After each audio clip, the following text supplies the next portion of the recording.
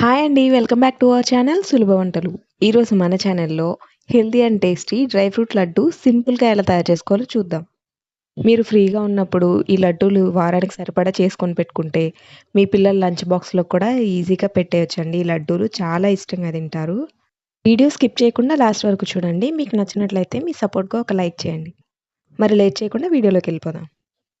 1 spoon గసగసాలు, 1 spoon నువ్వులు తీసుకొని, ఒక కప్పు ఖర్జూరం తీసుకొని, లోపల సీడ్స్ అన్నీ తీసేసి చిన్న చిన్న ముక్కలుగా కట్ చేసుకోవాలి.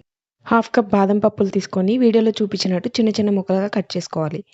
పావు కప్పు పుచ్చగింజలు, పావు కప్ గుమ్మడి గింజలు, 4 అంజీర్, 6 ఇలాచీ, కొద్దిగా ఫ్లాక్స్ సీడ్స్, హాఫ్ కప్ జీడిపప్పు ఇలా ముక్కలుగా కట్ చేసుకోవాలి.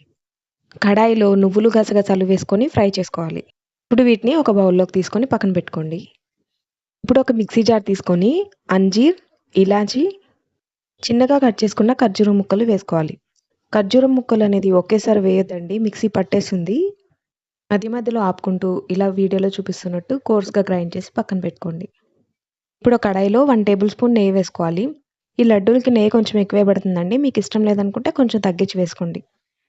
ఇప్పుడు ఇందులో ముందుగా మనం చాప్ చేసి పెట్టుకున్న డ్రై ఫ్రూట్స్‌ని వేసి మధ్య మధ్యలో కలుపుతూ వీడియోలో చూపించినట్టు ఫ్రై చేసుకోవాలి.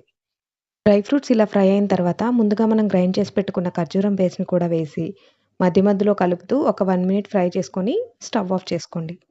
ఇప్పుడు ఇందులో మనం వేయించి పెట్టుకున్న నువ్వులు, గసగసాలు వేసి ఒకసారి తిప్పేసేసి చల్లారిన తర్వాత లడ్డూలు చుట్టుకోవాలి. ఇందులో మనం డ్రై ఫ్రూట్స్ వేసాం కాబట్టి ఈ లడ్డూలు మన హెల్త్‌కి చాలా మంచిదండి. రోజుకొకటి తిన్నా చాలండి.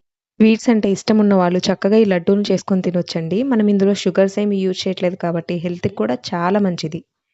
ఈ లడ్డూల్ని మీరు తప్పకుండా ట్రై చేసి మీకెలా కుదిరిందో నాకు కామెంట్స్‌లో చెప్పండి. వీడియో నచ్చితే లైక్ చేయండి. మీ ఫ్రెండ్స్ అండ్ ఫ్యామిలీకి షేర్ చేయండి. ఇలాంటి మరిన్ని రెసిపీస్ కోసం మన ఛానల్ సబ్స్క్రైబ్ చేసుకోండి.